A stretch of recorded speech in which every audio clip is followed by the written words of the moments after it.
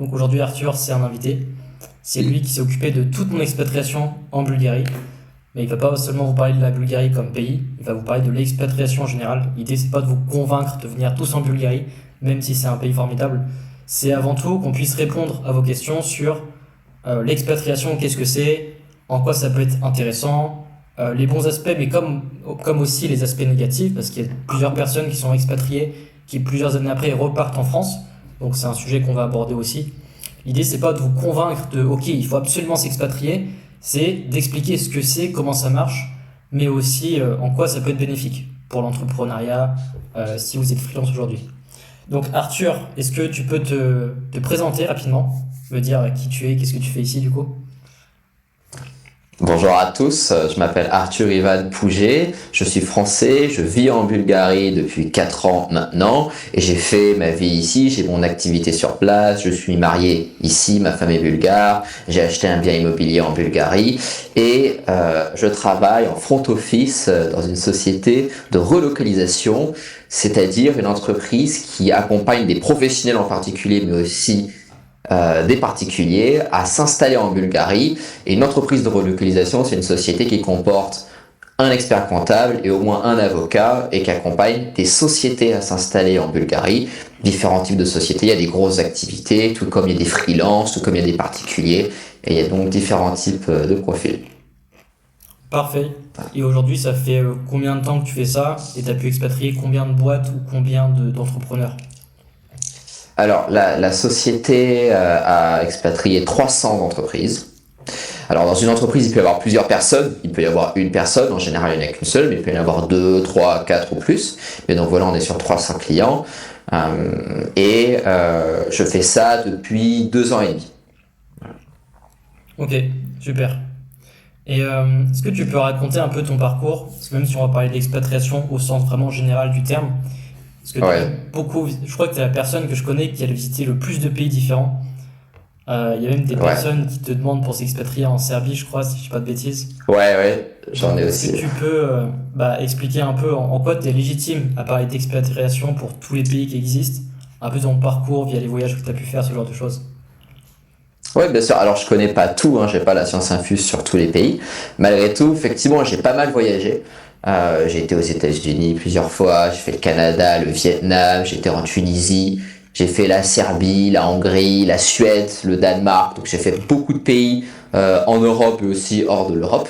Et effectivement, j'ai quand même un peu d'expérience là-dessus. C'est mon métier. Je fais ça tous les jours, des expatriations sur des profils différents, sur des gens qui ont 70 ans comme des gens qui en ont 19. C'est mon cœur de métier, c'est ce que je fais tout le temps et j'adore ce que je fais. Et j'ai des points de comparaison entre les pays. Ça, c'est quelque chose qui est important quand on est français et qu'on n'a pas vraiment beaucoup voyagé. C'est d'avoir des points de comparaison entre les pays. C'est ce qui fait aussi que je suis en Bulgarie.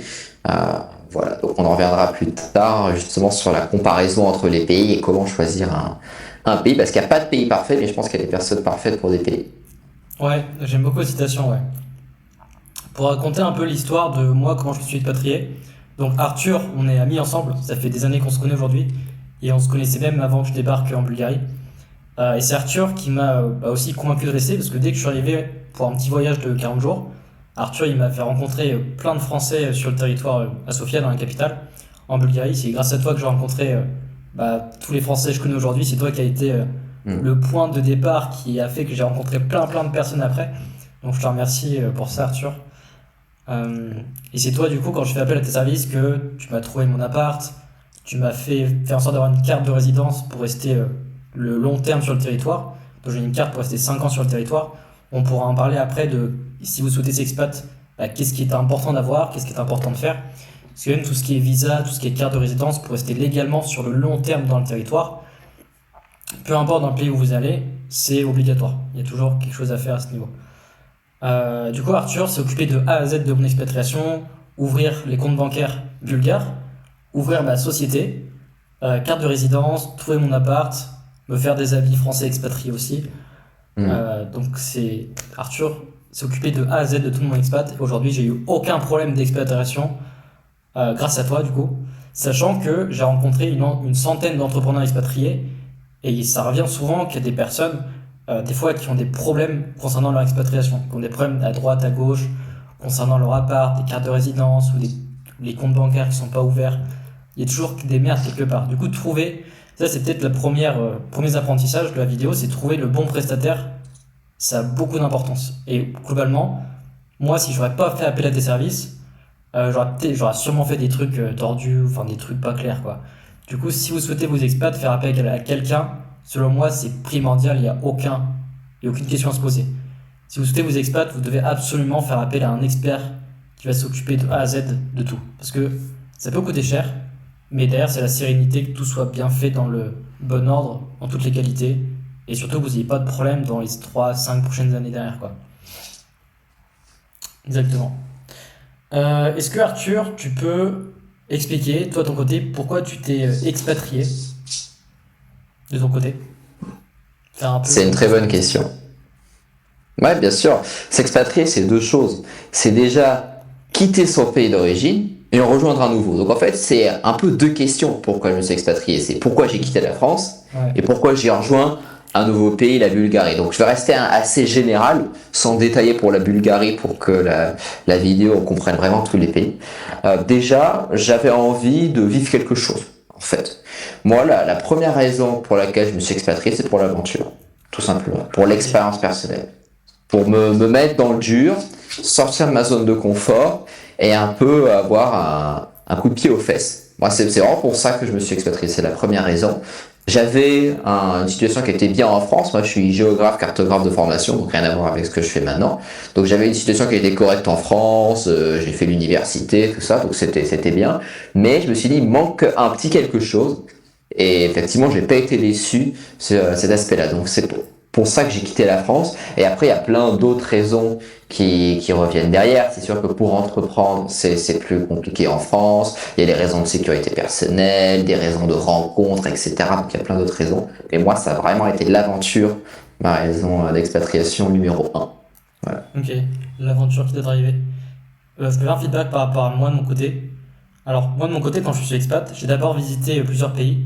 Et ça, c'est un conseil que je vous donne, c'est avant de vous expat, allez vraiment visiter le pays sur le territoire et rester 30 jours minimum pour vraiment vivre dans le pays où vous expat. Comme ça, vous êtes sûr de ne pas faire d'erreur. Il y a plusieurs personnes qui sont expats, qui sont arrivées et qui ont fait les modalités pour rester et qui réalisent que 2 mois après, ils n'aiment pas le pays en fait. Donc, c'est pas super. Il y a un ordre précis pour s'expatrier.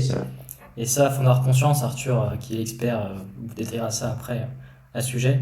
Mais moi, de mon côté, pourquoi je suis expat? En fait, quand je suis venu sur Bulgarie, j'ai adoré le pays. J'ai surtout adoré la communauté française. Évidemment, les taxes sont beaucoup plus faibles. La France, j'étais plus forcément affilié avec la France dans le sens où il y a de plus en plus d'insécurité, on va pas se mentir. Notamment, la dette fait que de grossir. Et moi, j'avais envie d'être dans un pays. Après, c'est un avis personnel, hein, c'est moi, mes raisons personnelles.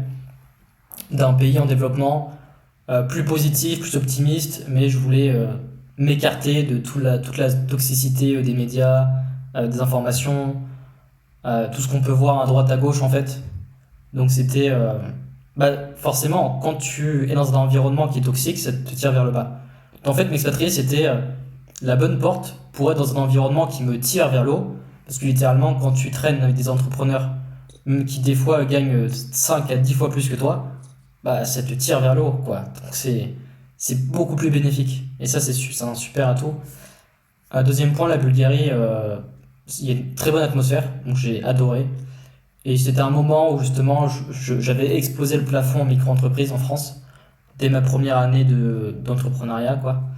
Il fallait que j'ouvre une société et c'était le bon entre-deux pour ouvrir une société dans un paradis fiscal entre guillemets avec des bonnes taxes où je me voyais surtout rester sur le long terme parce que j'adorais le pays en fait, surtout ça.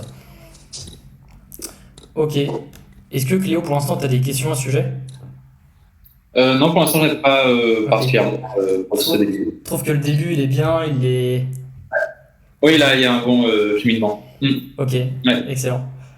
Est-ce que Arthur, tu peux expliquer rapidement pourquoi aujourd'hui en 2025 on parle d'expatriation?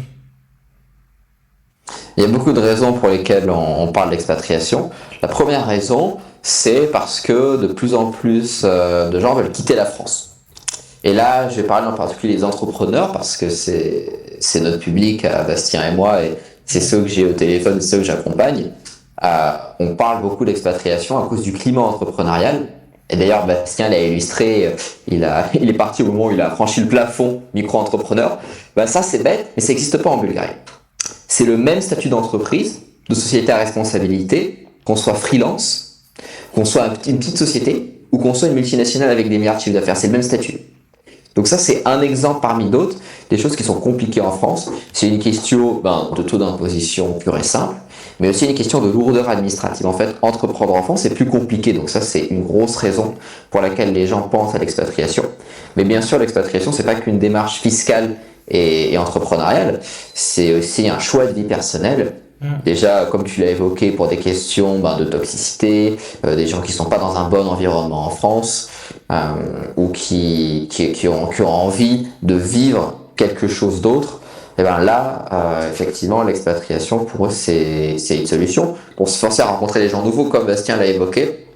La chose étant qu'en France, tout est un petit peu éclaté partout, et si on n'est pas à Paris, dans quelques grandes villes, c'est compliqué de faire des rencontres, alors que dans des pays plus petits comme la Bulgarie, mais c'est pas que en Bulgarie, on a des microcosmes d'entrepreneurs.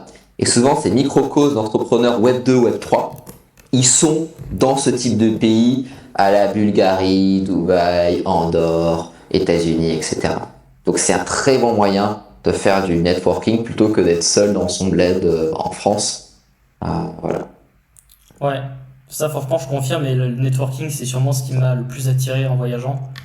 Parce que même si j'ai beaucoup voyagé, j'ai rencontré des expats qui étaient expatriés à Malte, qui étaient expatriés en Thaïlande, en Asie, dans plusieurs pays. Même à Budapest, j'avais été à Budapest aussi. Et franchement, là où j'ai trouvé les meilleurs profils, c'est vraiment tous des expatriés. Quand je parle à des jeunes de 19-20 ans qui font 30 gars par mois, ils sont pas en France, tu vois. C'est clair. Ils sont pas en France en fait. La plus grosse rencontre que j'ai fait, c'était un mec qui avait 17 ans et qui était multimillionnaire en crypto. Il était expatrié à Malte. Il avait expatrié sa famille, il avait commencé le trading à 13 ans en lisant des livres. Il a pas de passé jeux vidéo, social ou quoi que ce soit. Il a fait trading dès qu'il apprenait à lire, limite. Et le mec, c'est un génie. Quand je l'ai rencontré, ça se sentait que c'était un génie, quoi. Et le mec, il vit entre Dubaï et Malte, mais il vit pas en France, quoi. Et les meilleurs profils, ils sont hors de la France souvent. Parce que forcément, j'ai pas la statistique en tête, mais même aujourd'hui, chaque année, il y a de plus en plus de millionnaires qui se barrent de la France.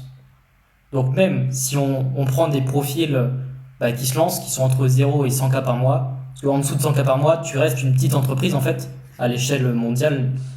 Même les gros entrepreneurs qui font des millions et des millions par mois, ils s'expatrient aussi. Leur société, même s'il y en a encore beaucoup qui sont en France, statistiquement, il y en a de plus en plus qui se barrent.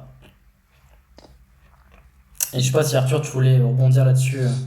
Ouais, parce que en fait, de toute façon, pour un entrepreneur en France, tous ceux qui n'ont pas une activité physique, typiquement quelqu'un qui a une usine en France ou quelque chose comme ça, le succès est soit causé par l'expatriation, soit va causer l'expatriation. En fait, c'est toujours lié à ça. Si vous êtes un entrepreneur, si vous faites du business en ligne en France, la question de l'expatriation, elle vous concerne, à un moment ou à un autre. C'est-à-dire que soit c'est vous expatrier qui va un peu vous révéler et vous permettre de networker, de rencontrer les bonnes personnes, parce que comme a dit Bastien, les microcosmes avec les bons profils qui nous intéressent, ils sont plus à l'étranger qu'en France, ça c'est clair. Soit vous allez réussir en France et vous allez vous prendre l'URSSAF, vous allez devoir créer une société, et là ça va commencer à piquer, et vous allez devoir partir. Parce que vos concurrents, dans les autres pays qui sont bien moins taxés, ils ont plus de capacité d'investissement que vous. Ils ont un avantage compétitif, en fait. Ouais. C'est clair. Super intéressant. Et rapidement, Arthur, par rapport à ton expérience, est-ce que tu peux expliquer un peu c'est quoi un peu les pires erreurs que les gens font lorsqu'ils partent, lorsqu'ils s'expatrient? S'il y a des erreurs, une liste de choses à ne surtout pas faire quand tu t'expatries, ce serait quoi? Ouais, il y a des choses à ne surtout pas faire. La première chose à ne pas faire, c'est de négliger la partie administrative. Une expatriation, c'est quelque chose de compliqué quand on a une société. Effectivement, si on est baroudeur et qu'on arrive en sac à dos à pied dans n'importe quel pays, bon, on peut se débrouiller, on peut aller partout dans le monde, c'est pas si compliqué que ça. Par contre, quand on veut faire un business, quand on a une activité, quand on est comme toi, Bastien, ou comme Cléo, ah bah là, c'est une vraie structure. Vous n'arrivez pas avec un sac à dos, il faut avoir un titre de séjour, il faut avoir un appartement ou une maison, il faut avoir une société, il faut avoir une comptabilité, il faut avoir des comptes bancaires. En fait, il faut avoir plein de choses. Et c'est pas facile d'expatrier une société. Donc, comme l'a dit Bastien, il faut se renseigner sur comment vous allez obtenir ces choses-là et faire appel à des professionnels. Ça, c'est la première chose à ne pas faire. Et la deuxième chose à ne pas faire, c'est d'être recroquevillé dans son coin. Si vous êtes expatrié, il faut faire du networking. Il faut rencontrer des professionnels. Ouais. Aussi, il faut rencontrer des gens d'un point de vue amical, personnel, pour pas être seul dans le pays. Donc, il faut tout de suite aller vers les autres, aller à la rencontre. Ça, c'est les deux grosses erreurs à ne pas faire pour un expatrié. Ok. Est-ce que tu en vois d'autres ou ça te semble complet pour l'instant? Alors, ça, c'est le principal. Après, effectivement, une autre erreur qui est commune, c'est que quand vous expatriez, il faut penser à la solution de revenus et à votre pouvoir d'achat sur place. Il faut faire attention au niveau de vie dans le pays. C'est pas qu'une question de taxes. Je donne un exemple. Par exemple, Andorre, Monaco, c'est un taux d'imposition qui est très faible. Mais après, le coût de la vie sur place, c'est aussi une autre forme d'impôt qui va arriver. Donc, en fait, le coût d'une expatriation, il faut bien le calculer. Il faut prendre en compte à la fois le niveau de vie dans le pays, le coût de la vie. Il faut prendre en compte aussi la fiscalité quand on est entrepreneur ou même un salarié à haute valeur ajoutée. Et ça, c'est aussi autre chose qui doit être considérée. Ça, je dirais que c'est les trois erreurs principales, quoi. Mais surtout, ne pas négliger l'aspect administratif. Ouais. Ça, c'est important. Je t'en prie, à partir de quelle démarche on peut se dire ok, je suis prêt à aller dans ce pays? Est-ce que par exemple c'est le visa ou c'est avoir un logement? C'est quoi la première étape qu'on se dit ok, c'est bon là? Ok, bah écoute, je vais te faire un plan étape par étape. Ouais, d'accord. On fait pour n'importe quel pays, comme ça on aura plus de détails. Ouais. Donc la première chose à faire, comme dit Bastien, visiter le pays, c'est pas plus mal. Ensuite, la première vraiment démarche à faire, qu'elle pensait, c'est le logement. Parce que de toute manière, pour avoir un titre de séjour, il faut une adresse. Donc au début, vous arrivez à un Airbnb, et ensuite, il faut que vous trouviez un logement.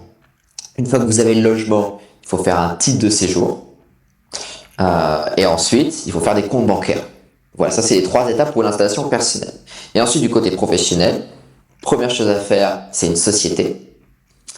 Avec la société, vous êtes aussi censé avoir des comptes bancaires. Il faut faire attention à ça parce que dans beaucoup de cas, en fait, les prestataires ne font pas de compte bancaire avec les sociétés. Compte bancaire institutionnel, hein, je ne parle pas juste d'un Revolut ou autre. Ça aussi, c'est une erreur. Une grosse erreur des entrepreneurs qui créent une société à l'étranger, c'est de ne pas créer de compte en institution bancaire. De juste se contenter d'un Revolut ou d'un Wise. Ce qui est faisable en France. Parce qu'en France, quand on a une société et qu'on a juste son Revolut ou son Wise ou son N26, son EK, si jamais on perd le Revolut, bah vous êtes en France. Vous pouvez aller à la banque du coin, ouvrir un compte professionnel, vous êtes français, vous parlez la langue, vous connaissez les démarches, vous êtes citoyen du pays. Mais ça vous arrive à l'étranger, bah c'est fini. La société, elle est morte. Parce que vous êtes étranger, vous ne pouvez pas ouvrir un compte bancaire aussi facilement. Ouais. Donc il faut toujours avoir un compte institutionnel. Quand on va dans un nouveau pays.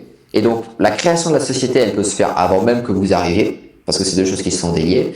Et donc, il y a 2 possibilités. Soit c'est appartement, titre de séjour, compte bancaire personnel, société, compte bancaire pro, comptabilité. Ou alors, on commence par la société, compte bancaire pro, comptabilité, appartement, titre de séjour, compte bancaire personnel.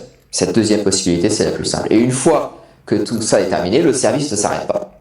La comptabilité, c'est tous les mois. Et le suivi de votre expert comptable et de votre avocat, il continue tous les mois au cours de la vie dans n'importe quel pays. C'est très important quand on a une société d'être suivi par un comptable et par un avocat. Voilà. Et si vous faites ça, vous n'allez avoir aucun problème dans aucun pays parce que vous n'aurez pas de problème d'information. Exactement. Très bien. Très complet. Merci pour les réponses, Arthur. Et pour Voilà. un entrepreneur qui fait entre 1000 et 5000 euros par mois, donc un freelance par exemple, ce serait Ouais. quoi les top pays justement où les gens s'expatent habituellement? Ok, super question pour quelqu'un qui se lance dans l'entrepreneuriat ou alors quelqu'un qui va juste se salarier, se trouver un petit taf dans un pays et puis lancer sa boîte dans le même temps. C'est une très bonne chose. Moi, c'est comme ça que j'ai fait, faut le savoir.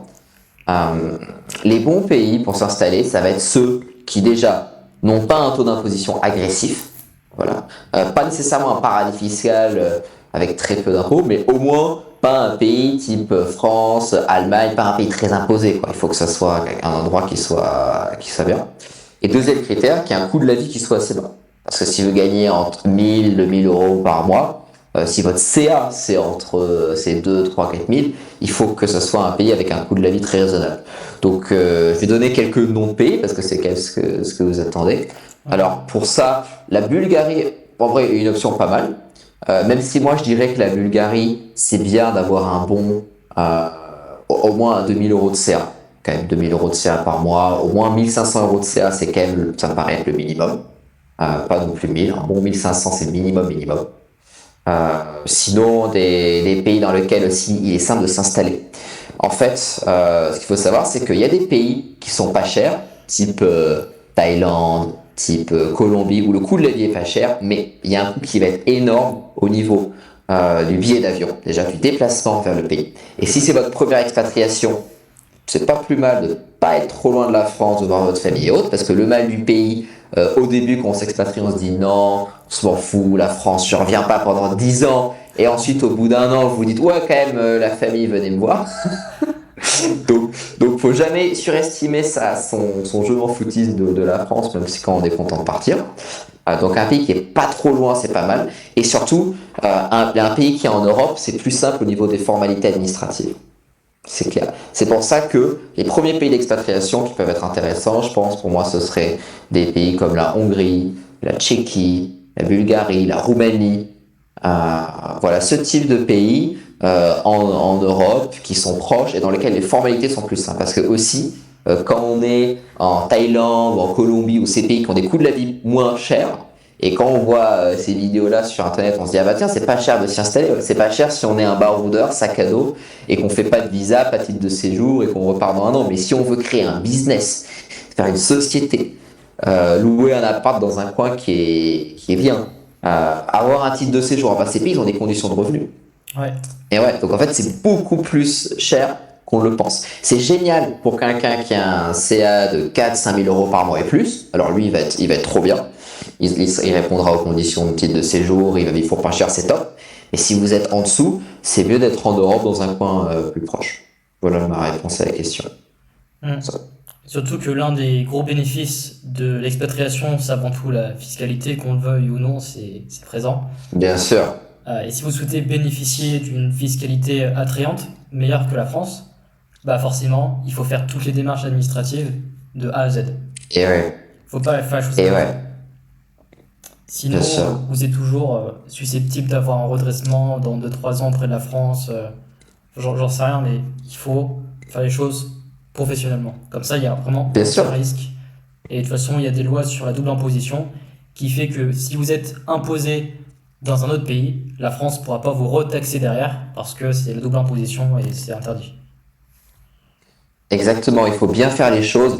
Et c'est pour ça que je mets en garde parce que avec la mondialisation aujourd'hui, on a cette fausse impression que c'est facile de s'installer dans un pays. Mais en réalité, le système mondial ne rend pas forcément les choses faciles de s'installer à l'étranger quand on a une société. Et dès qu'on sort du système de l'Union européenne, c'est beaucoup plus compliqué d'avoir des résidences, beaucoup plus coûteux. Alors c'est évidemment possible, il y a plein de gens qui le font, mais ça nécessite juste un budget plus haut. Tout est une question de budget, en fait, c'est comme pour beaucoup de choses. Et donc dès qu'on sort du système européen, le ticket d'entrée il est quand même un peu plus élevé. Et Bastien a soulevé une bonne question, mais on peut ne pas vivre en France et être résident fiscal français. Voilà, parce qu'il y a une légende sur le temps de séjour. Comme quoi, si on séjourne plus en France, on n'est plus résident fiscal français, et dès qu'on séjourne plus dans un autre pays, on est résident fiscal français de l'autre pays. C'est pas vrai. On peut séjourner 0 jour en France et être résident fiscal français et payer tous ses impôts en France. Parce que si on a son centre de vie économique en France, si on a toujours sa société en France, si on n'a pas un titre de séjour dans le pays dans lequel on vit, si on n'a pas une comptabilité aux normes, si on n'a pas un siège social qui est conforme, eh ben on peut être qualifié en France, même si on vit à l'étranger. C'est pour ça que pour une première expatriation, il vaut mieux viser un pays qui est administrativement facile. Donc un pays qui est en Europe et qui est pas cher. Donc en gros, toute la partie Europe centrale, Europe de l'Est. Voilà, toute cette partie-là, avec peu d'impôts et une facilité administrative. Et ensuite, une fois que vous gagnez plus, quelqu'un qui vise l'Asie par exemple, eh ben, vous pouvez y aller en voyage régulièrement, et puis le jour où vous faites là, un bon 4-5 000 euros de CA, ben là, vous serez nickel, parce qu'il vous faut vraiment avoir une société aux normes, une comptabilité aux normes, un titre de séjour, et il faut que vous respectiez les conditions fiscales du pays, et toutes ces choses-là elles sont obligatoires, sinon vous pouvez avoir des problèmes après avec le fisc français, donc c'est très très important. Et normalement le prestataire, la personne, l'entreprise de relocalisation avec laquelle vous parlez va comprendre ça, et va faire en sorte que ça n'arrive pas, tout simplement. Absolument. Et moi, je rencontre souvent des Français qui viennent en Bulgarie séjourner et qui sont en micro-entreprise. Donc, c'est possible de voyager avec une micro-entreprise. Il ne faut pas se restreindre en vous disant OK, quand je vais voyager, il faut absolument que j'ai une société ou il faut absolument que je gagne 5 000 euros par mois. Vous pouvez commencer à voyager avec 1 500, 2 000 euros par mois. Après, évidemment, vous restez en France, vous coffrez un peu, trésorerie qui augmente. Après, vous refaites un voyage si vous voulez. Moi, c'est exactement comme ça que j'ai débuté. Et la première année de micro-entreprise, j'ai dû visiter 3 pays différents, quoi. 3-4 pays différents. Donc c'est super intéressant parce que le fait de travailler en freelance, il y a une liberté géographique et une liberté financière qui va avec. Vous n'avez pas de patron. Et quand vous avez les revenus qui vont avec, moi je gagnais entre 2 000 et 3 000 euros par mois, j'avais 19 ans. Franchement, ça peut aller vite et puis il n'y a pas besoin d'attendre des millions et des millions pour vous faire plaisir. Ça, c'est quelque chose qu'il faut garder à l'esprit. Ok, franchement super. Alors moi, je peux rebondir sur la liste des meilleurs pays si vous êtes aujourd'hui un freelance autour de 0 à 5 000 euros par mois. La Bulgarie, forcément, les pays de l'Est sont pas mal. Dans les pays de l'Est, moi, je mettrais Sofia, la capitale de la Bulgarie. Je mettrais Budapest, mais Budapest, c'est plus cher. Donc c'est en Hongrie, la capitale de la Hongrie. Alors, il faut savoir que toutes les capitales sont plus chères. Roumanie, c'est bien aussi, c'est moins cher encore. Donc c'est Bucarest, la capitale. J'ai un ami à moi qui est freelance, qui a envie de partir dans la deuxième plus grande ville de Roumanie. Et là-bas, il a des loyers à 300 euros par mois. Donc quand on parle que les pays de l'Est sont attrayants, c'est qu'aujourd'hui, le coût de la vie dans les pays de l'Est est vraiment nettement inférieur qu'à la France. Et ça, des fois, vous voyagez dans des petites villes et vous dites ah ouais, putain, franchement, c'est incroyable. Il suffit juste de sortir de la capitale dans un pays de l'Est et limite, vous avez les doigts dans les yeux, tout est gratuit, quoi. Donc c'est assez incroyable. Donc au niveau des pays de l'Est, je rajouterais peut-être la Géorgie. J'ai un ami à moi qui adore la Géorgie. Après, je connais pas plus. J'ai des amis à moi qui adorent la Russie aussi. Sinon, dans la liste, je pourrais rajouter Malte. Il y a beaucoup d'entrepreneurs qui sont à Malte et qui adorent le pays. J'en ai aussi qui sont à Bangkok, capitale de la Thaïlande. Donc après, tout ce qui est Bangkok, j'en ai qui sont à Bali. Alors moi, ce que j'ai entendu sur Bali, parce que Bali, c'est un peu le rêve du freelance qui travaille les pieds dans l'eau à la piscine, tu vois. Et ce qui est super intéressant, ça fait rêver, c'est super joli. Moi, ce que j'entends de Bali, c'est que c'est beaucoup pollué et que quand tu es là-bas, tu fais beaucoup plus la fête que tu travailles. Et donc, je connais pas mal d'entrepreneurs, et c'est pareil en Thaïlande, qui ont des business qui fonctionnent bien quand ils s'expatrient et qui reviennent 2 ans après, les mains dans les poches, parce qu'ils ont trop profité, ils ont pas assez bossé, ils font plus d'argent, quoi. Du coup, ça arrive, il faut faire attention. Quand on s'expatrie, c'est important. Et quand je vous dis que ça arrive, c'est que j'ai entendu cette histoire peut-être 3-4 fois. Donc c'est basé sur des faits réels. Il y a plusieurs freelances, ils ont un business, une bonne activité, ils s'expatrient dans des pays attrayants, où ils font la fête, où la vie est pas chère, où il y a des jolies filles, peu importe. Et en fin de compte, ils ont tellement profité qu'ils ont moins fait d'argent que d'habitude, et après ils repartent vraiment les mains dans les poches. Du coup, il faut faire attention à ça, il faut surtout avoir, selon moi, de la trésorerie avant de s'expatrier. Et au niveau de la liste des pays, je rajouterais peut-être Dubaï, mais Dubaï, j'y suis jamais allé encore. Et le coût de la vie est plus cher. Mais je sais qu'il y a beaucoup de Français qui font pas mal d'argent, qui s'expatrient là-bas. Donc ça peut rentrer dans la liste des pays attrayants pour l'expatriation globale.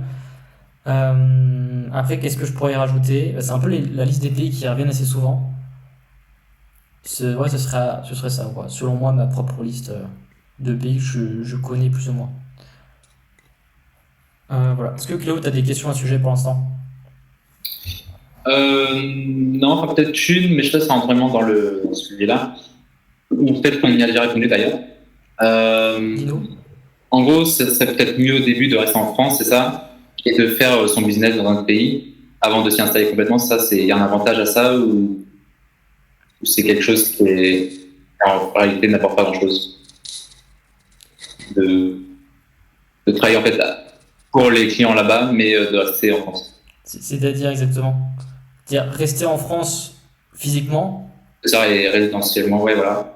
mais avoir un business à l'étranger. Ouais, parce que ça, c'est... Qu'est-ce que tu veux dire par ici? Par exemple, si on prend le cas de la Bulgarie, je vais chercher des clients là-bas. Je travaille, voilà, peut-être j'instaure aussi administrativement là-bas aussi la société, Ouais. mais tout en restant en France. Est-ce que ça c'est quelque chose qui rentre déjà dans ce thème de l'expatriation? Ouais, ouais, c'est dans le thème de l'expatriation. Bon, pour faire un feedback, avant que Arthur puisse répondre, le plus facile, c'est d'avoir des clients en France. Parce que moi-même, j'ai une entreprise bulgare, mais tous mes clients sont en France. Ok. Et il y a beaucoup... Ouais. Enfin, C'est ça. ok. Et il y a beaucoup de Français, ils sont expatriés et puis leurs clients, ils sont aussi en France. Mhm.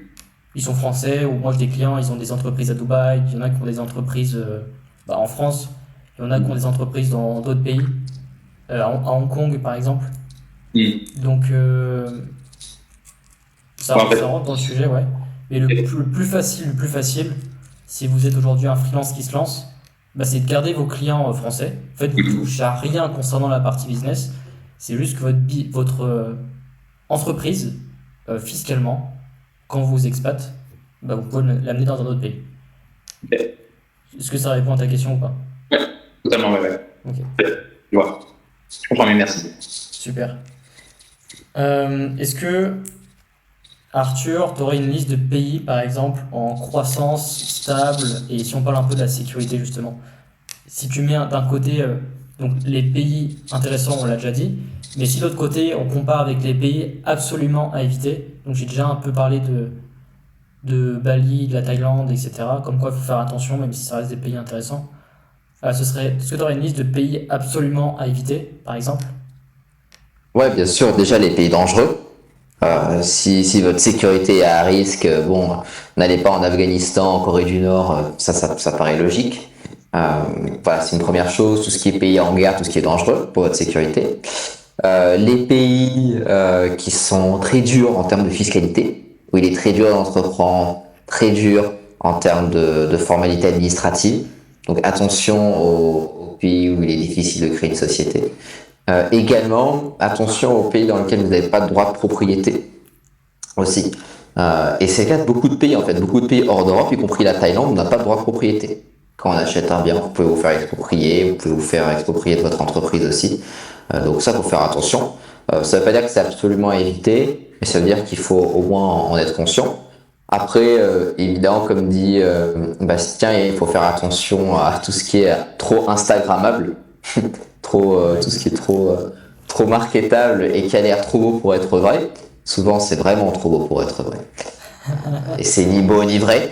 Donc, faut faire attention à ça. Effectivement, il y a un gros attrait pour Bali et autres. Alors moi, j'ai pas été à Bali, j'ai été au Vietnam, donc je peux pas dire pour ce que je connais pas. Mais en règle générale, voilà, faut faire attention à ce qui est vraiment trop dans l'œil du cyclone et faire ses propres recherches, visiter soi-même et essayer d'aller dans les bons coins. Donc déjà, effectivement, tout ce qui est pays où il est très compliqué de s'établir fiscalement, attention. Et effectivement, quand on va dans les pays qui sont hors d'Europe, comme par exemple Thaïlande, Indonésie ou autre, c'est pas forcément facile d'être résident fiscaux. Les accords de non-double imposition entre la France et ces pays sont assez défavorables. Et donc, finalement, le budget nécessaire pour y être bien installé, pour faire appel à des prestataires sur place, il est plus élevé que prévu. Donc, il faut juste faire très attention à ça quand on se lance dans ces pays-là. Et il faut prévoir une trésorerie et pas se dire que parce que le pays a un pouvoir d'achat qui est pas cher, on peut vivre pour pas grand-chose. La réalité est un petit peu différente. Et puis, comme j'ai dit, attention à tout ce qui est pays où votre vie est en danger. Voilà. Ouais. Donc avec une forte insécurité, il faut faire attention, par exemple pour les pays d'Amérique latine, qui sont très intéressants. Mais effectivement, j'ai déjà eu des appels de quelqu'un, un client à moi qui a vécu en Équateur. Quand il s'est installé dans le pays il y a 5 ans, c'était très sécurisé, très bien. Et puis ensuite, il y a eu une guerre civile et c'est complètement parti en cacahuète. Et le mec s'est retrouvé au milieu d'une situation démente, quoi. Donc, faut faire attention aussi à ce genre de choses. Mais je dirais pas qu'il y a des pays qu'il faut absolument éviter. À part les pays, évidemment, en guerre ou en danger vitaux, quoi. Mais disons qu'il faut être conscient des risques et conscient des défauts des pays. Voilà. Les pays difficiles administrativement, il faut avoir le budget pour et avoir le bon contact de relocalisation sur place, tout simplement. Voilà, si c'est un pays où la sécurité est un peu dangereuse, bon, il faut prévoir le budget pour taxi, bon quartier, endroit sécurisé. Ça se fait en fait, quasiment tout est possible, mais c'est une question de mesure et c'est une question aussi de prévoir les choses et d'avancer avec stratégie. C'est ça qui est important. Quand vous expatriez, il faut une vraie stratégie. Il faut savoir où vous mettez les pieds et comment vous allez faire pour rencontrer du monde. Est-ce que ça va être avantageux? Ensuite, est-ce que vous allez pouvoir assurer au niveau administratif pour pas vous faire requalifier en France et surtout pour que vous soyez légalement sur le territoire du pays et que vous n'ayez pas de problème. Ça, c'est le plus important. Puis après, il faut se lancer un moment parce qu'il n'y a pas de pays parfait. Ça n'existe pas. Voilà, le paradis sur Terre. Scoop. Et donc, il faut accepter aussi cette part d'incertitude. On ne peut pas tout prévoir. Qu'il y a toujours, il y a peut-être mieux. Et que à un moment, tant que vous êtes stratégique et pragmatique, ça va bien se passer. Voilà. Ouais, je valide. Au niveau des points à éviter, en tout cas, il faut faire attention, c'est les catastrophes naturelles. Parce que il y a des pays où il y a des tsunamis, des séismes. Donc il faut faire extrêmement attention, même des feux de forêt des fois. Donc ça, c'est un point qu'on néglige assez souvent, mais dans le pays où vous allez, toujours vérifier la cadence des catastrophes naturelles. Parce que si vous partez aux US, il peut y avoir des tornades littéralement à votre porte, quoi. Donc il faut faire extrêmement attention, il faut surtout bien se renseigner par rapport à là où vous allez. Ok. Est-ce que, par exemple, choisir un pays, c'est vraiment s'auto-piéger?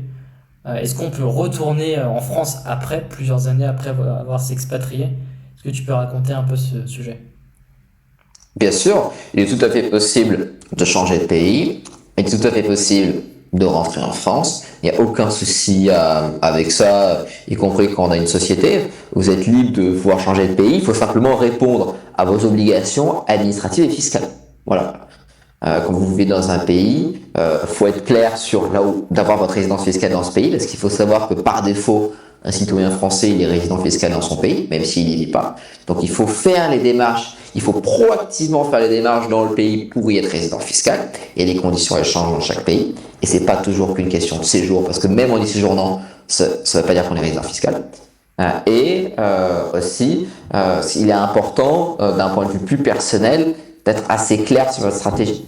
Parce que trop souvent, il peut y avoir cette idée où on change de pays tout le temps. À moins que ce soit le mode de vie digital nomade qui est un truc complètement à part et où là c'est vraiment l'objectif de changer de pays. Mais c'est un mode de vie qui a un certain coût, certaines implications et on sort un peu du sujet de la vidéo. Mais quand on parle vraiment d'expatriation, le fait de changer trop souvent de pays, ça peut avoir un impact administratif. Ça peut fragiliser votre résidence fiscale. Ça peut vous exposer à de requalifications et il faut savoir qu'à chaque fois que vous changez de pays, c'est rebelote toutes les démarches.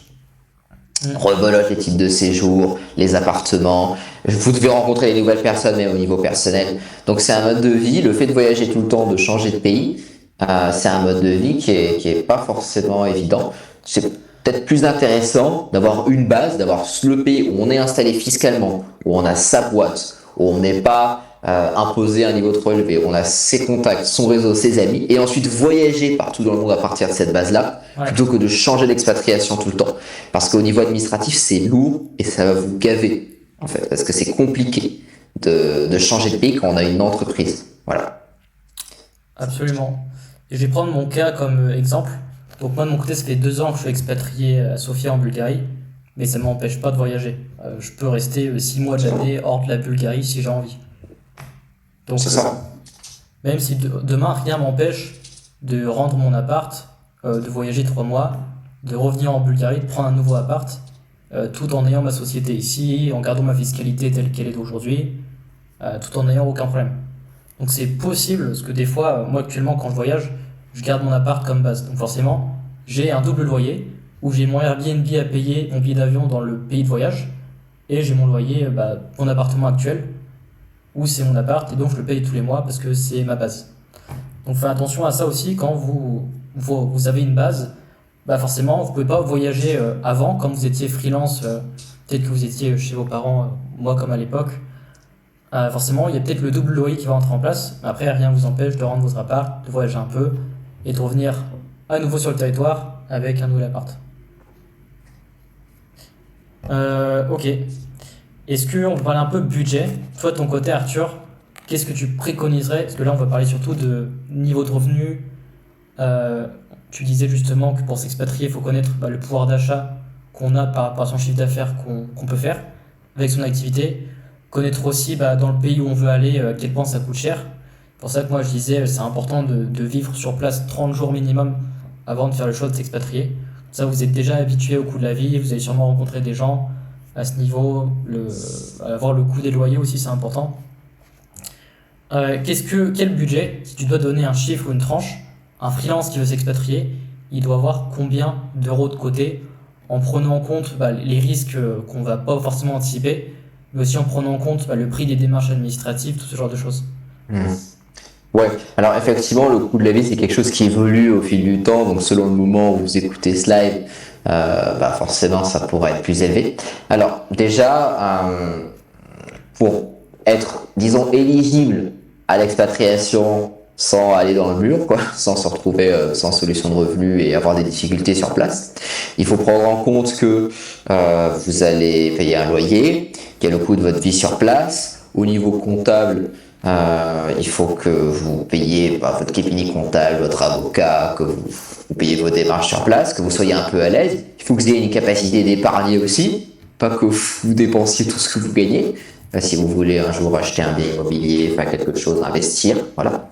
Donc, en termes de trésorerie, je dirais que il faut avoir un bon 4-5 000 euros de réserve, ça paraît être la base, quoi. Ouais. 4 000 euros, pour moi, c'est vraiment le minimum. Idéalement, 5 000. Et en termes de revenus mensuels, alors, en chiffre d'affaires, entre 2 et 3 000 euros. Pour un pays pas cher d'Europe de l'Est, c'est vraiment le minimum.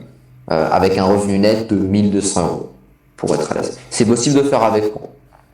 Pour vous donner le minimum, c'est 4 000 euros de trésorerie. 4-5 000 euros de trésorerie. 2 000 euros de chiffre d'affaires, net 2 200.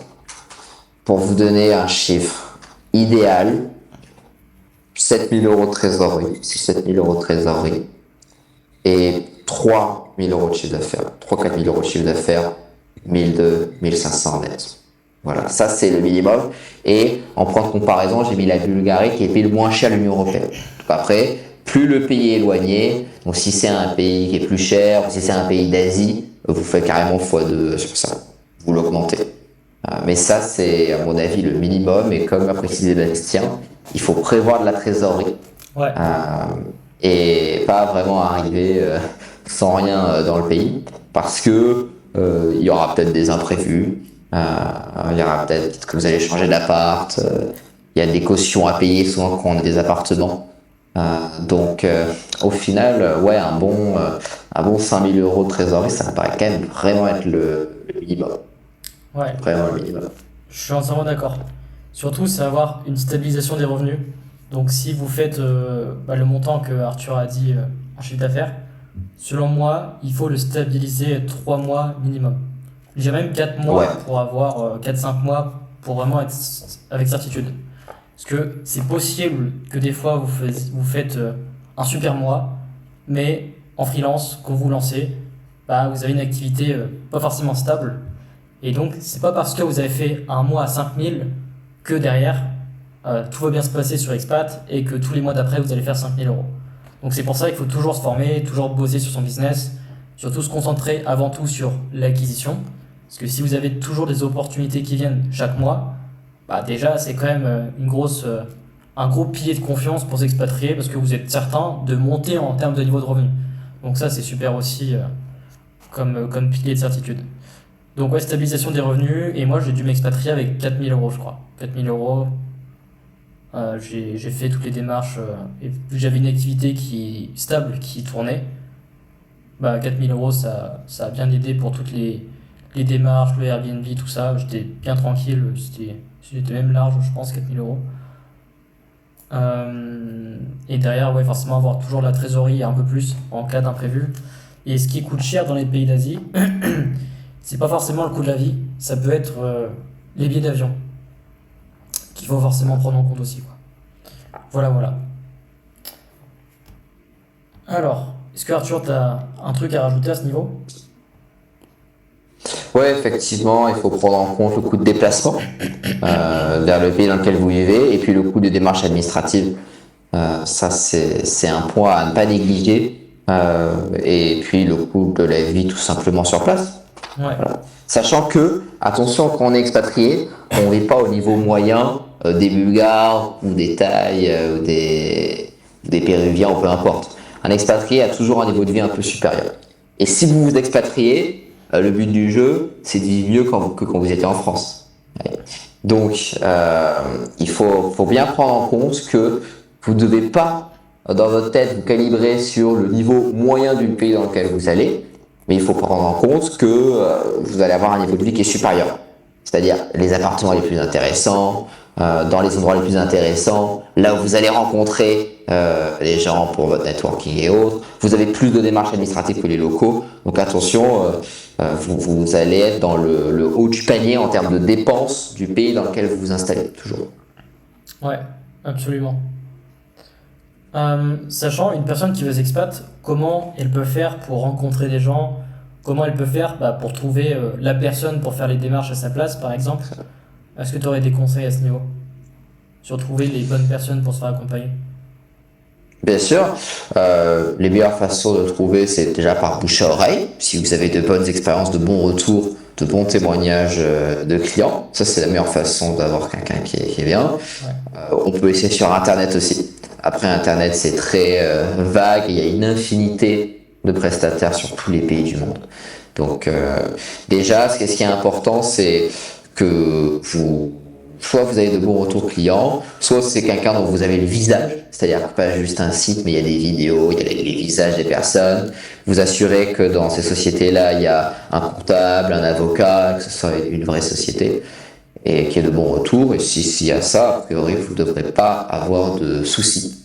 Voilà. Mais après, comme pour tout, c'est un service. Et donc, il faut toujours faire attention aux professionnalistes déjà à qui on fait affaire. Mais si vous respectez ces critères-là, vous ne devrez pas avoir trop de soucis. Mais en tout cas, ce qui est clair, c'est que ce sera toujours mieux que si vous y allez tout seul. Voilà. À moins que vous ayez vraiment un contact avec le pays, que vous connaissez, que vous parlez la langue, ou que ce soit vraiment très simple, il faut quand même qu'il y ait un professionnel qui jette un coup d'œil, qui fasse votre installation et vos démarches. Exactement. Rencontrer des gens, c'est super important. Moi, c'est comme ça que j'ai rencontré Arthur aussi par hasard. Et surtout, ouais, scroller sur Internet. Je sais qu'Arthur, t'as une chaîne YouTube. Et si on veut s'expatrier en Bulgarie, t'es le numéro 1 là-dessus. Donc, si vous souhaitez vous expat en Thaïlande, peu importe, faites d'abord vos recherches sur qu'est-ce qui est disponible sur les réseaux sociaux, sur Internet, en SEO, sur Google. Surtout, le meilleur conseil, c'est vraiment visiter le pays, rencontrer des Français et demander-leur comment ils ont fait. Et naturellement, ils vont vous recommander des personnes fiables si ça s'est bien passé avec eux. Et c'est pas souvent les expatriés sont très ouverts d'esprit. En fait, vu que c'est des personnes qui bougent de la France, bah, ils comprennent que networker c'est important. Donc, c'est des personnes souvent qui vont vous faire rencontrer des gens et ils vont pas vous exclure, ils vont au contraire vous inclure. Il y a un vrai sentiment communauté, j'ai l'impression. Complètement. Je peux rebondir là-dessus sur le sentiment communautaire sur les Français expatriés. Ouais, bien sûr, c'est sûr que les expatriés ont, à tes souhaits, ont une tendance forcément à être des gens beaucoup plus avenants et plus à la rencontre par définition, puisqu'ils ont quitté la France, leur pays, pour aller networker, rencontrer du monde. C'est un peu aussi le but du jeu quand on s'expatrie. Donc c'est beaucoup plus simple. En fait, très franchement, je ne me suis jamais fait autant d'amis, et pourtant je suis déjà extraverti de base, qu'en Bulgarie. Maintenant, je connais limite j'ai plus d'amis français en Bulgarie presque qu'en France. Tu vois.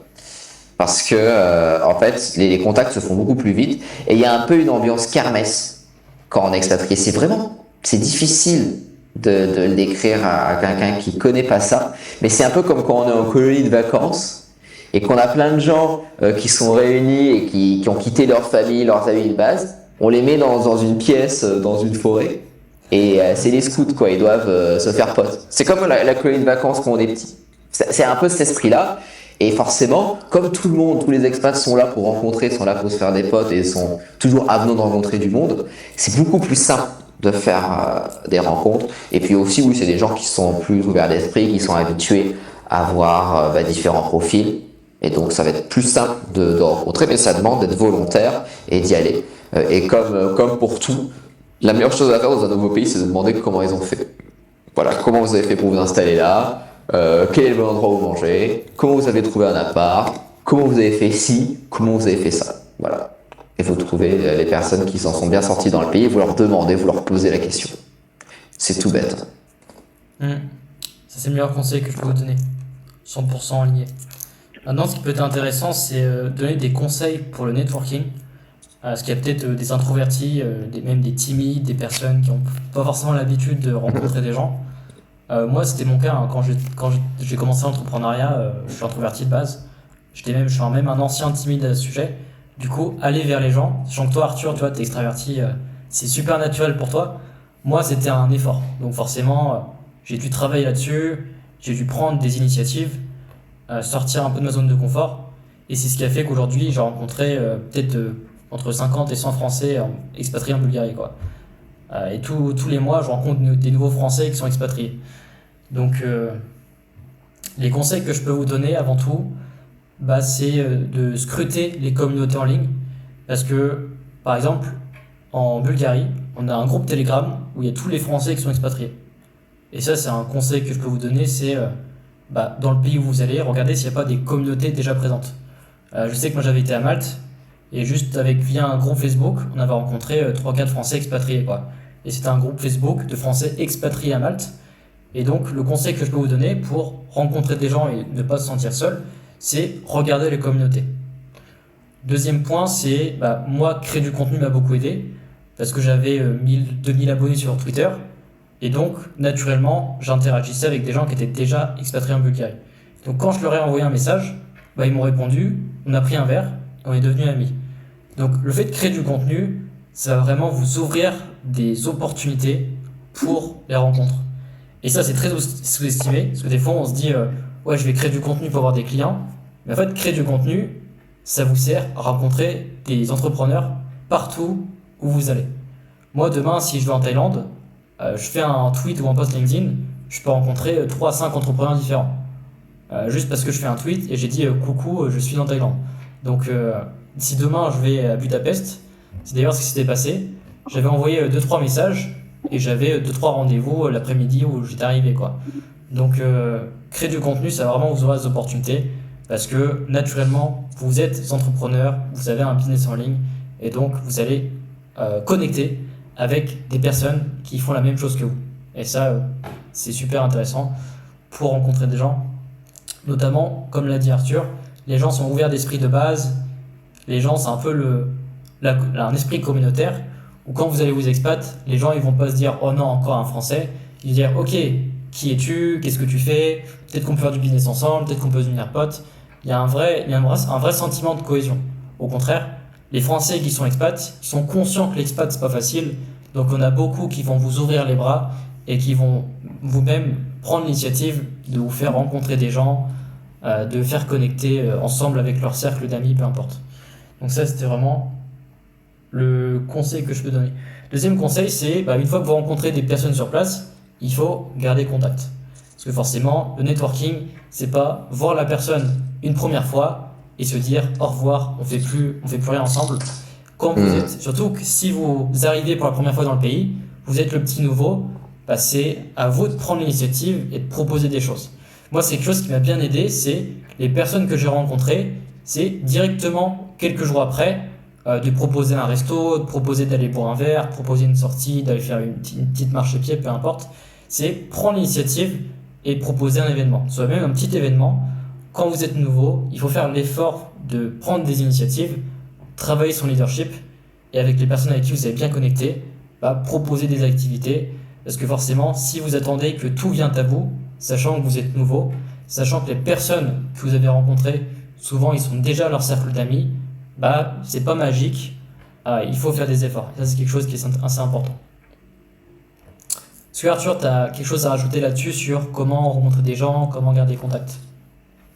Très important de rencontrer quand on est expatrié, c'est le but du jeu. En fait, quand on est expatrié, c'est un peu qui tout double.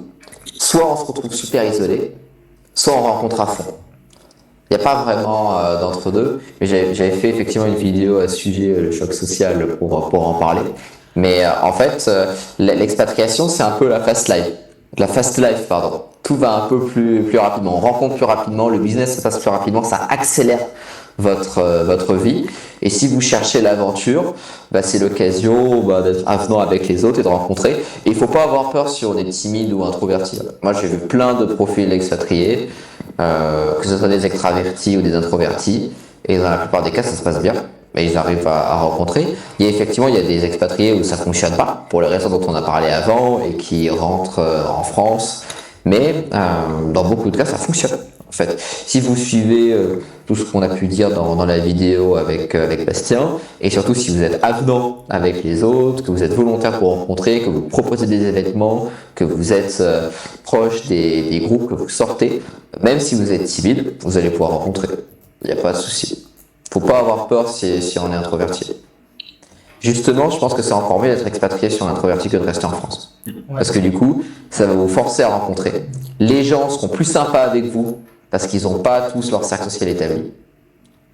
Il y a une communauté française qui fait un petit peu village. C'est encore mieux de se faire des amis à l'étranger quand on est introverti que quand on est en France. C'est encore plus facile. Très franchement. Surtout moi, ce qui m'a beaucoup attiré, c'est rencontrer des personnes qui me ressemblent.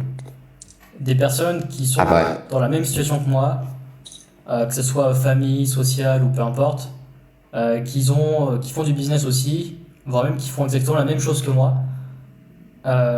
qui sont dans la même tranche de revenus que moi, et qui ont les mêmes idéologies ou les mêmes ambitions que moi.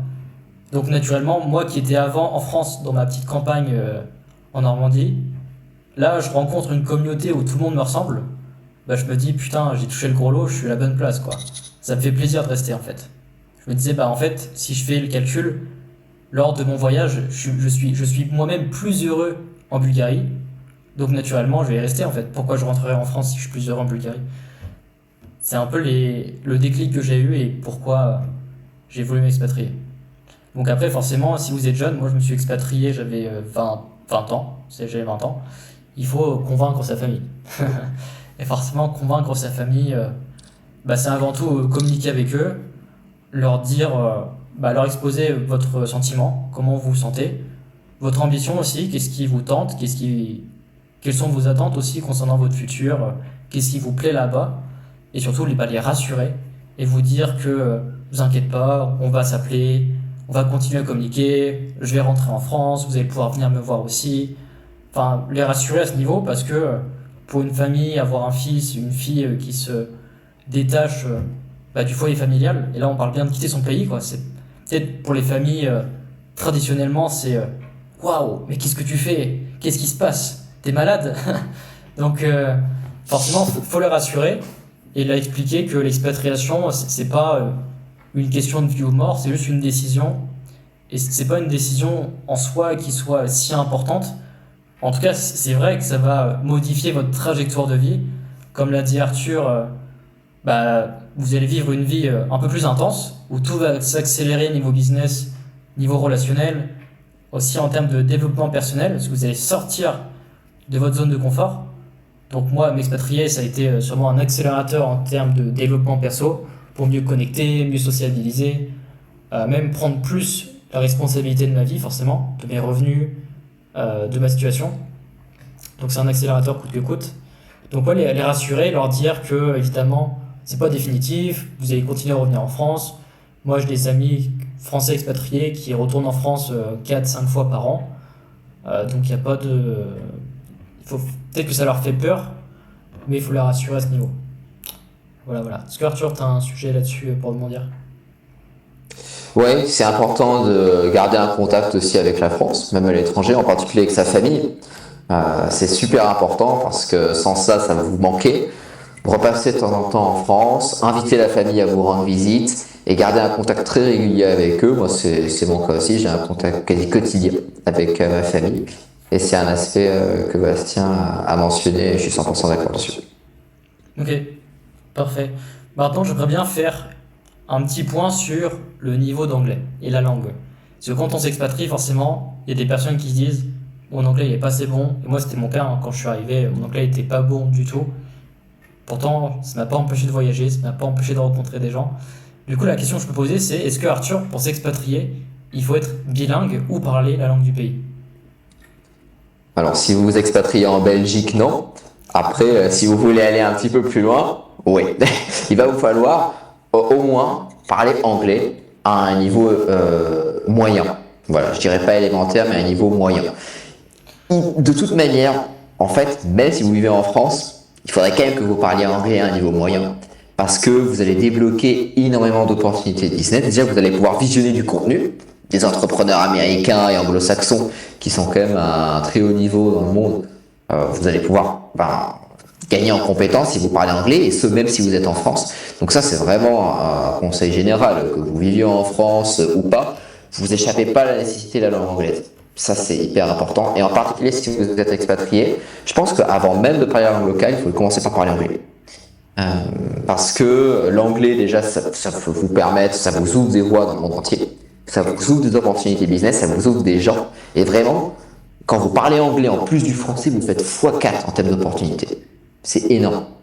C'est énorme. Donc, au moins que vous parlez anglais à un niveau intermédiaire, voilà, vous n'avez pas besoin de parler couramment anglais pour vous expatrier, mais à un niveau de base. Voilà. Et puis, si vous ne parlez pas anglais, c'est pas grave. Vous pouvez quand même vous installer et vous allez apprendre sur le tas. De toute façon, vous allez être forcé d'apprendre sur le tas.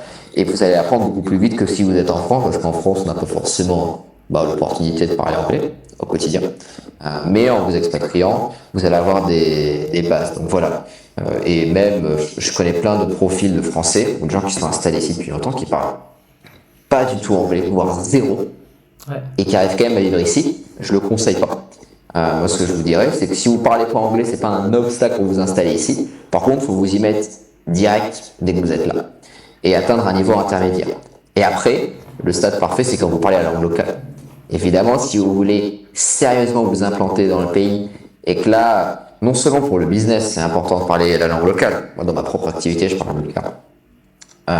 Même pour rencontrer quelqu'un ici, vous voulez faire une famille, avoir des amis dans le pays. Si vous voulez vraiment vous implanter sur le temps long et que c'est très sérieux, il vous faudra des bases de la langue locale. Encore une fois, pas besoin de parler couramment, mais au moins à un niveau intermédiaire, un niveau conversationnel qui vous permet de dialoguer avec les gens qui sont autour de vous. Donc pour résumer ma réponse, d'abord anglais niveau élémentaire. Si vous parlez que français, vous pouvez vous expatrier, mais il faut très vite vous mettre à l'anglais. Et ensuite, une fois que vous avez un niveau qui est correct en anglais, ou si vous avez déjà un niveau correct en anglais, vous vous mettez à la langue locale au moins à un niveau qui est élémentaire. Voilà, au moins un niveau conversationnel. Et puis à terme, si c'est une installation sérieuse, un niveau intermédiaire, voilà. Mais la langue, c'est important. Ouais, 100% d'accord. Sachant que la majorité des pays aujourd'hui parlent anglais et que les Français ont la réputation d'être mauvais en anglais. Donc, même en Bulgarie, vous allez voir des Bulgares, ils vont comprendre que le niveau français moyen est mauvais en anglais, quoi. Donc, c'est un peu la réputation que les Français ont à l'étranger, c'est qu'ils sont mauvais en anglais, et c'est assez marrant. Mais ouais, comme l'a dit Arthur, franchement, j'ai exactement le même avis que toi. Tu as plutôt très bien résumé. Parler anglais, c'est super important, à un niveau moyen, intermédiaire. Avoir les bases, quoi, c'est le plus important. Moi, aujourd'hui, je suis expatrié en Bulgarie, mais je parle presque pas anglais, parce que je traîne beaucoup avec des Français. Donc, ça m'arrive de parler anglais quand je prends le taxi, quand je vais au resto, mais c'est des petites phrases échangées. Euh, Après, je rencontre des gens, des Bulgares, je rencontre aussi des Français qui sont expatriés, qui parlent des fois, qui viennent d'autres pays que la France. Je rencontre pas forcément que des Français. Donc parler anglais, forcément, ça va que vous ouvrir des opportunités. Et apprendre l'anglais, franchement, c'est peut-être l'une des meilleures décisions de vie. Parce que même si vous expatriez dans un premier temps, mais que derrière vous voyagez, bah, le fait de parler anglais, peu importe où vous allez voyager dans de meilleures conditions, vous allez vivre des meilleures expériences avec plus de personnes. Ça va vous rajouter vraiment plus de bonheur sûrement dans votre vie en général. Donc ça, c'est un point à ne pas négliger. Ok. Maintenant, un dernier point pour conclure un peu tout ce chapitre, ce serait les situations de couple et famille. Comment s'expatrier si on a des enfants, comment s'expatrier si on est en couple, par exemple avec une Française. C'est un peu les situations que beaucoup de personnes rencontrent.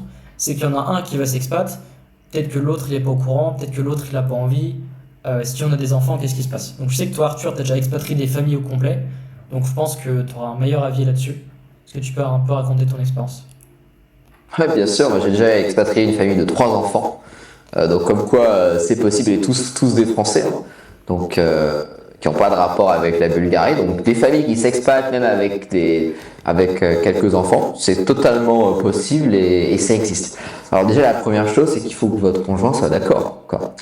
Effectivement, si vous voulez c'est pour vous un projet qui est très important, si vous êtes assez déterminé, vous installer, il faut que vous en parlez, tout simplement, et que vous visitiez le pays ensemble, et que vous voyez si ça vous plaît, en fait. Quand vous êtes en couple, en fait, la décision, elle est non seulement la vôtre, mais aussi c'est une décision qui est collective, c'est une décision qui dépend de votre couple en entier. Donc que vous soyez d'accord. Et puis réfléchir à qu'est-ce qu'elle va faire, votre copine, votre copain, qu'est-ce qu'ils vont faire en Bulgarie? Est-ce qu'ils vont travailler? Est-ce qu'ils vont pas travailler? Est-ce qu'ils vont étudier? Ça va être quoi leur vie sur place? Il faut qu'ils se fassent des amis sur place, qu'elle ait une vie sur place. Donc il faut penser à tous ces aspects-là. Et si vous avez des enfants, il faut penser à la scolarité. Est-ce qu'ils seront à l'école à la maison ou pas? C'est-à-dire, une petite chose à savoir, la Bulgarie autorise l'école à la maison. Parce qu'il y a un des rares pays d'Europe où c'est le cas. Et j'ai des appels de clients de gens qui veulent spécifiquement l'école à la maison. Bref, c'est totalement un autre sujet. Mais si vous voulez faire l'éducation à la maison, il faut vérifier la loi du pays si elle l'autorise. S'ils vont à l'école, il faut bien réfléchir à ça, parce que si c'est une école locale, ça sera dans la langue locale. Si c'est l'école française, c'est un coût, c'est pas gratuit, hein. L'école française, ça coûte dans les 2-3 000 euros par trimestre. C'est pas gratuit. Donc il faut penser à la scolarité des enfants et penser aussi à leur intégration sur place. C'est-à-dire quand vous arrivez avec votre copine, votre copain, et en plus si vous avez des enfants, il faut vraiment penser à la vie sociale sur place. En tout cas, c'est le cas de plein de familles dans plein de pays et ça peut très bien se passer. Et en couple aussi, les couples de Français qui sont installés à l'étranger, sans même parler de famille, et qui sont heureux sur place, il y en a plein. Les couples où les deux sont français. Il y en a plein, mais ça demande peut-être un peu plus d'efforts, parce que c'est une décision qui est commune, et il faut faire attention à ne pas être isolé quand on est un couple. Ça, c'est un truc que j'ai pas mal vu. Et c'est vrai que quand on débarque seul dans un pays, on est forcé à rencontrer. Quand on est en couple, il y a un peu le cocon du couple, c'est un peu le nid. Et donc, il faut faire gaffe à sortir et à être quand même assez avenant vers les autres, sauf si ça vous va d'être un peu dans votre coin. Mais c'est clair que pour que l'expatriation soit plus agréable, c'est quand même mieux d'avoir un peu de contact à l'extérieur. Pour moi, c'est ça vraiment le truc auquel il faut penser quand on est un couple qui s'expatrie, un couple de Français. Voilà. Ouais, 100% d'accord. Bon, du coup, on arrive à la fin de cette masterclass sur l'expatriation. Est-ce que Cléo, tu aurais des questions à poser à Arthur ou à moi, peu importe? Ouais, bah alors, non, écoute, ça a été plutôt clair. J'essaie d'en trouver, mais j'en ai pas encore qui me viennent. Ça a été détaillé sur divers sujets. Donc, Excellent. c'est pour moi. On va s'arrêter Super. ici. Si Arthur, on a envie d'en savoir plus sur la Bulgarie ou même qu'on a envie de te poser des questions, comment on peut te retrouver, comment on peut te contacter? C'est assez simple. Vous allez sur YouTube. J'ai une chaîne qui s'appelle Français en Bulgarie. Et là, je publie une vidéo tous les jours. Tous les jours, il y a un short sur la chaîne. Je suis assez prolifique. Donc, il y a pas mal de contenu dessus. Vous pouvez en trouver sur LinkedIn également, qui est le réseau de Bastien. Et donc, j'ai un profil Arthur Ivan Pouget sur LinkedIn. J'ai un site internet, domiciliationbulgarie.com, qui là présente les services de la société. Sur Telegram aussi, Français en Bulgarie. Sur Instagram, Français en Bulgarie. Enfin, c'est pas très compliqué de me trouver. Vous pouvez même demander à Bastien directement. Donc, même si Cléo a des questions ou n'importe qui, il faut pas hésiter à me contacter et on peut se faire un appel et puis discuter un peu de tout ça. Voilà. J'ai des contacts également dans d'autres pays, donc même si c'est pas seulement la Bulgarie, moi j'ai un contact en Hongrie, au Monténégro, dans d'autres pays. Donc si c'est même un autre pays qui vous intéresse, bah, vous n'hésitez pas, je peux vous renvoyer vers quelqu'un d'autre comme ça. Donc voilà, il n'y a vraiment pas de souci. C'est le jeu de mots. Et j'ai même pas voulu faire ce jeu de mots, quoi. C'est sorti tout seul, mais c'est parfait pour conclure la vidéo. Voilà. Excellent. Merci beaucoup Arthur pour ton temps. Merci Cléo d'avoir assisté à la Je vous en masterclass. prie. Merci à vous. Je mettrai Merci. les infos d'Arthur dans la description pour que vous puissiez le contacter ou autre. Puis j'espère du coup que la masterclass vous a aidé. N'hésitez pas à me faire un feedback en commentaire ou par message. Moi de mon côté, je suis très curieux de savoir, honnêtement, en toute transparence, ce que vous en avez pensé. Parce que cette masterclass, je l'offre. Je le fais avec la bonne intention. Et moi, ça me fait plaisir de t'avoir invité, Arthur, de discuter de ça, surtout que tu t'y connais très bien et que c'est ton expertise, ce que tu fais tous les jours. Et moi aussi, ça m'a fait plaisir de faire cette vidéo parce que c'est une vidéo que moi j'aurais aimé avoir quand j'ai commencé à faire de l'argent en ligne, même quand j'ai commencé à songer à l'expatriation. Typiquement, c'est la vidéo parfaite que j'aurais aimé voir plus tôt dans ma carrière parce que j'ai l'impression qu'on a traité tous les sujets de A à Z, qu'on a été très concis, qu'on a parlé de la Bulgarie, mais qu'on a aussi été généraliste. Donc ça me semble être une masterclass super complète. Plutôt d'accord. Merci Bastien pour l'invitation. Avec plaisir. Donc merci à tous. Merci. À bientôt. Merci Clément.